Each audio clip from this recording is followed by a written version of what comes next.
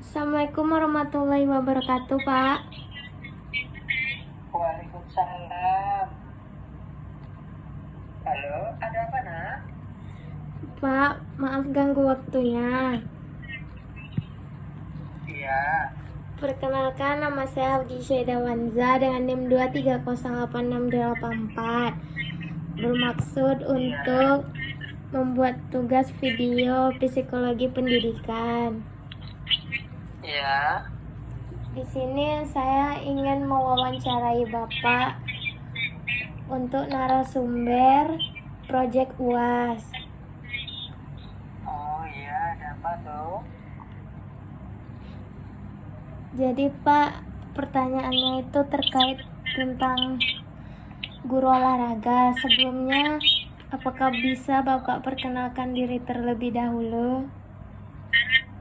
Oh iya bisa. Oh, oh iya nak Ogi. Nama Bapak Rohwan, guru SD 115 Itu di di kota. Merangin. Iya, Iya Pak. Jadi tuh Pak, di sini pertanyaannya itu terkait tentang psikologi pendidikan. oh iya. Apa itu? Langsung saja Pak. Iya, nggak apa-apa. Langsung. Jadi tuh Pak, menurut Bapak sebagai guru olahraga, seberapa penting untuk menganalisis pertumbuhan dan perkembangan serta hubungannya dengan proses pembelajaran? Oh iya, sebagai guru olahraga untuk menganalisis pertumbuhan dan perkembangan anak murid itu sangat penting untuk menyesuaikan proses pembelajaran dengan kondisi fisik anak dan juga psikologi siswa anak-anak.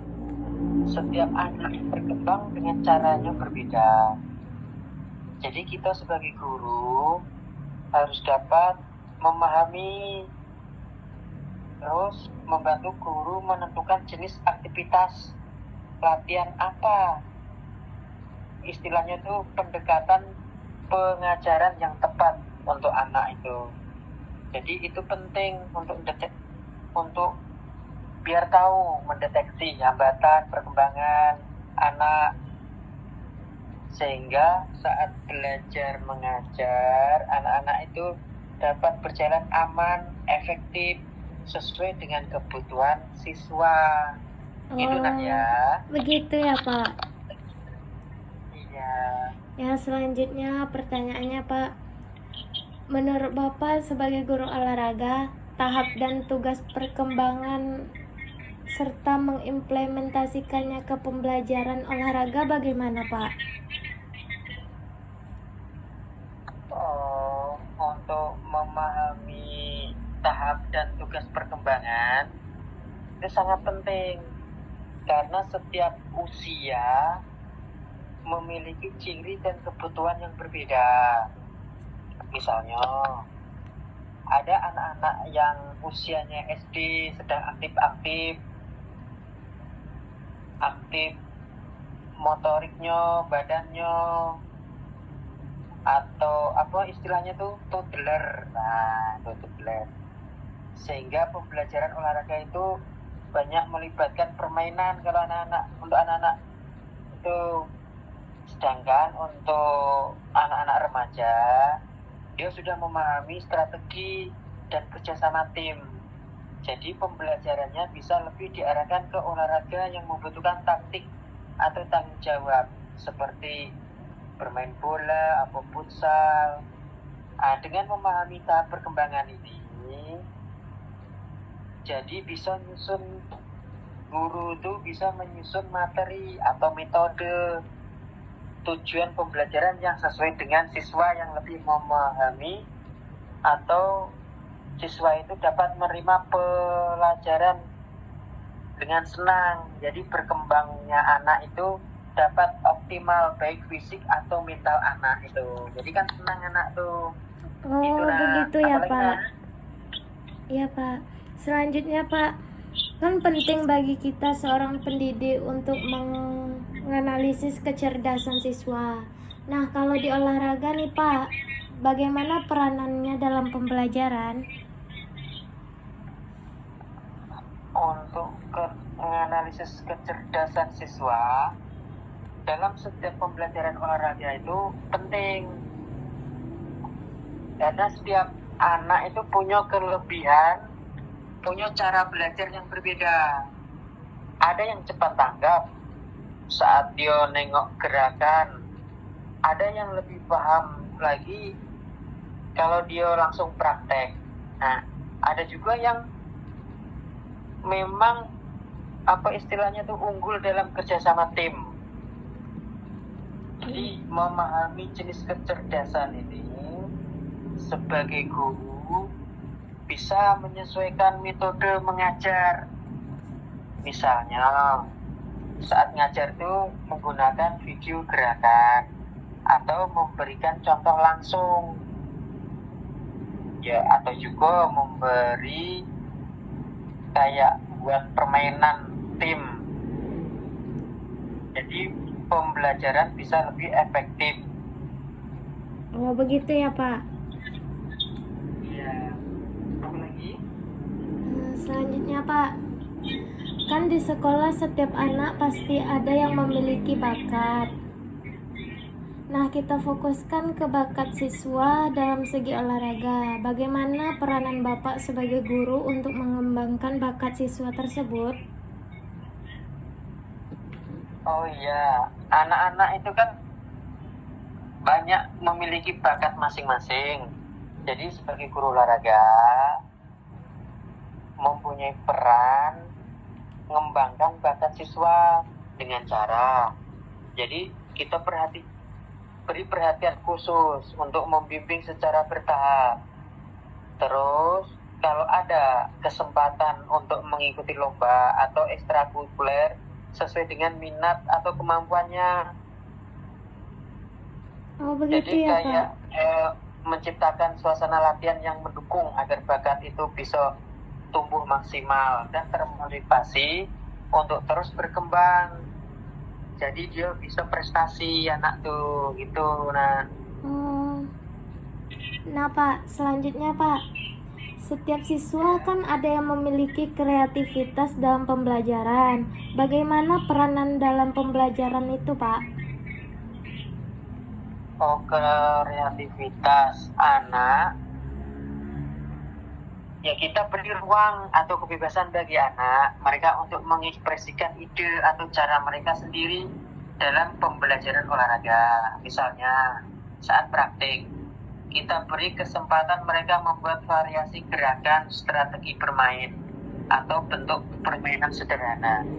Dengan begitu siswa merasa idenya itu kita hargai dan lebih aktif serta semangat dalam belajar, sekaligus dapat mengembangkan kemampuan berpikir kritis dan inovatif mereka. Jadi kita kasih kesempatan dan kita hargai dia biar lebih senang dia. Itu apalagi, Nak? Selanjutnya, Pak, bagaimana cara Bapak sebagai guru menganalisis konsep pemrosesan informasi dalam belajar? Kalau saya menganalisis konsep pemrosesan informasi dalam belajar, ya kita amati bagaimana siswa menerima, memahami, dan mengingat pelajaran atau materi yang kita sampaikan. Kita perhatikan apakah mereka bisa mengikuti yang kita perintahkan atau kita instruksikan, atau mampu mengulang gerakan yang kita contohkan. Terus apakah dia mampu memahami aturannya, kayak mana permainannya. Ya kita tesnya kita memberikan pertanyaan atau tugas sederhana untuk mengukur dia sejauh mana dia memahami informasi proses tadi yang diterapkan. Jadi kita bisa menilai apakah metode yang pembelajaran yang kita pakai itu sudah tepat atau perlu disesuaikan yang lebih efektif sesuai dengan kemampuan siswa itu. Nah, itu. Nah, Iya Pak, selanjutnya nih Pak, bagaimana menganalisis teori behavioristik bagi siswa di sekolah Pak? kalau menganalisis teori behavioristik bagi siswa, kita sebagai guru melihat bagaimana perilaku siswa terbentuk melalui respon dia. Misalnya, saat siswa kita kasih pujian atau kita kasih hadiah setelah melakukan gerakan olahraga dengan benar, misal kita puji lah, mereka cenderung mengulang perilaku itu. Sebaliknya, jika kita ada kesalahan, kita langsung koreksi atau kita arahkan agar tidak diulang. Dari situ kita bisa menganalisis perilaku siswa, bisa dibentuk dengan ditingkatkan melalui penguatan baik positif maupun negatif. Jadi kita tetap melihat respon siswa terhadap perlakuan tertentu agar pembelajaran lebih efektif dan perilaku positif terus berkembang. Jadi kita tidak segan-segan ngoreksi, kalau ada kesalahan langsung kita koreksi gitu. Oh begitu ya Pak. Yang selanjutnya Pak, bagaimana cara menganalisis teori belajar kognitif dan penerapannya dalam pembelajaran? Kalau menganalisis secara teori belajar kognitif, itu melihat gimana siswa dapat memahami terus mengingat yang informasi yang kita berikan. Kita amati apakah siswa bisa mampu menghubungkan materi yang dipelajari dengan pengalaman sebelumnya. Apakah mereka bisa menjelaskan ulang materi, terus bagaimana cara dia memecahkan masalah dalam kegiatan olahraga. Penerapannya, kita berikan penjelasan yang jelas, menggunakan media yang membantu memahami, serta memberi kesempatan siswa untuk berpikir, diskusi dia dengan kawan-kawannya. Oh begitu ya Sehingga Pak. iya, dengan begitu kan proses belajar jadi lebih bermakna karena siswa aktif menggunakan kemampuannya berpikir, dia berdiskusi dengan kawannya, apa yang kurang, apa yang perlu, kayak gitu. Oh iya Pak.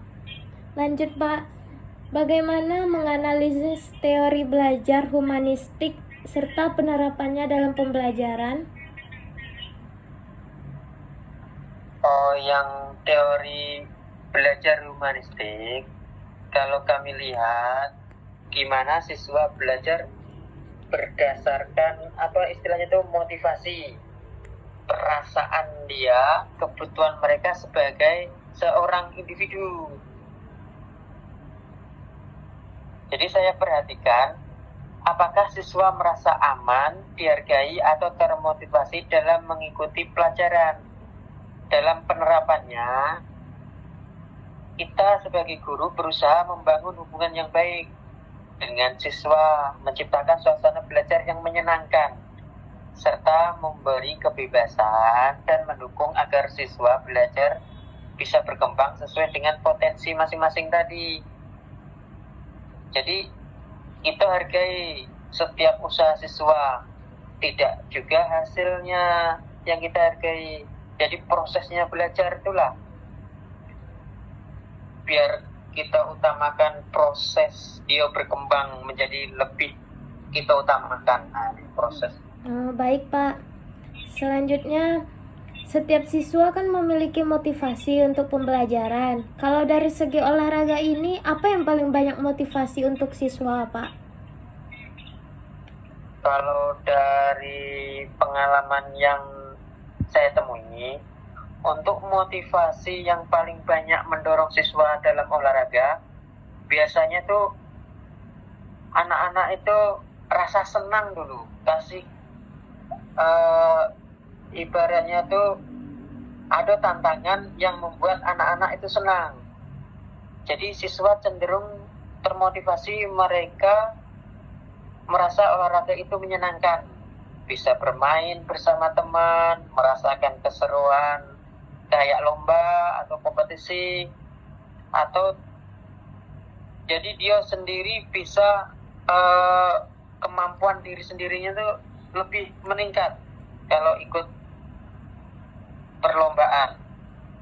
Jadi selain itu nanti dia dapat penghargaan atau pengakuan dari kawan atau guru-guru lain. Jadi dia semangat, mereka itu terus semangat berlatih, terus berkembang.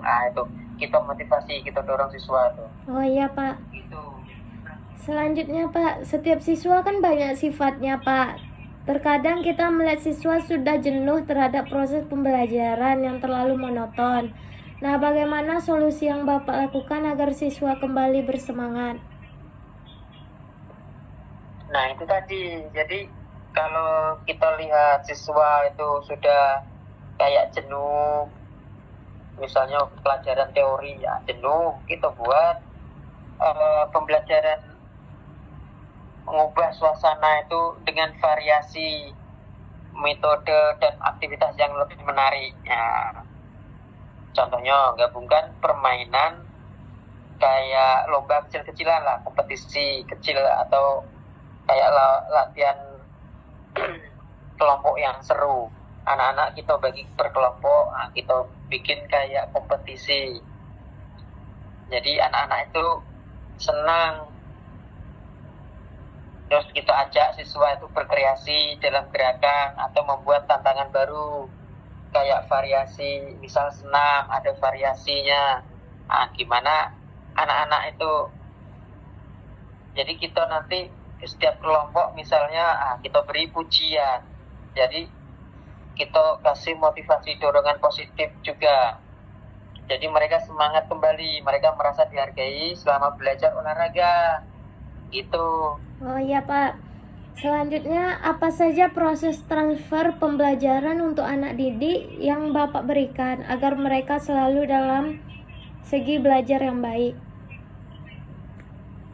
Kalau kita proses transfer nih pembelajaran yang biasa kami terapkan, jadi pertama ya, mengaitkan materi baru dengan pengalaman atau pengetahuan sebelumnya. Jadi biar mudah dipahami dia materi baru, kita kaitkan dengan pelajaran yang kemarin kita sampaikan. Yang kedua, memberi latihan yang bervariasi dan berulang supaya keterampilan semakin terbiasa dan melekat, dia semakin hafal. Ketiga, kita dorong siswa untuk menerapkan apa yang dipelajari dalam situasi nyata. Misalnya dia bermain setiap hari di kampungnya, di di lingkungan rumahnya. Terakhir, saya juga memberikan umpan balik yang jelas agar. Nah Pak, soal terakhir nih Pak. Menurut Bapak sebagai guru olahraga, seberapa penting untuk mengetahui perbedaan individu dalam belajar? Maksudnya perbedaan anak-anak itu ya? Iya Pak. Kalau menurut saya itu sangat penting. Jadi sebagai guru olahraga itu harus mengetahui perbedaan individu dari masing-masing siswa, karena setiap siswa itu memiliki kemampuan atau minat dan cara belajar yang berbeda. Dengan kita memahami perbedaan ini, kita bisa menyesuaikan metode atau tempo dan jenis latihan agar semua siswa ini dapat mengikuti pelajaran dengan baik dan merasa nyaman. Hal ini kita juga membantu kita memberikan perhatian khusus pada siswa yang butuh dukungan lebih, sehingga proses pembelajaran lebih efektif dan adil bagi semuanya.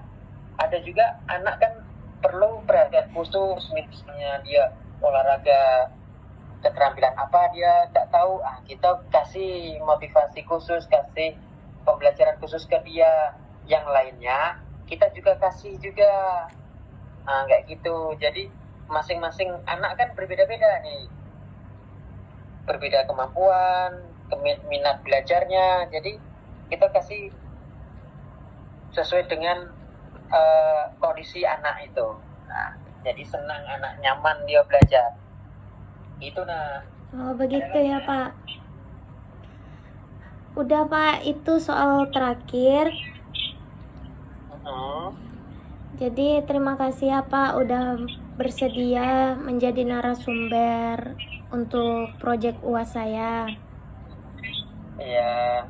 Mohon maaf jika ada salah kata ya Pak. Iya.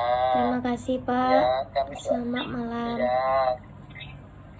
Assalamualaikum. Ya, kami doakan anak Auki dapat sukses belajarnya ya. Amin Pak. Terima kasih ya Pak. Assalamualaikum. Waalaikumsalam warahmatullahi wabarakatuh.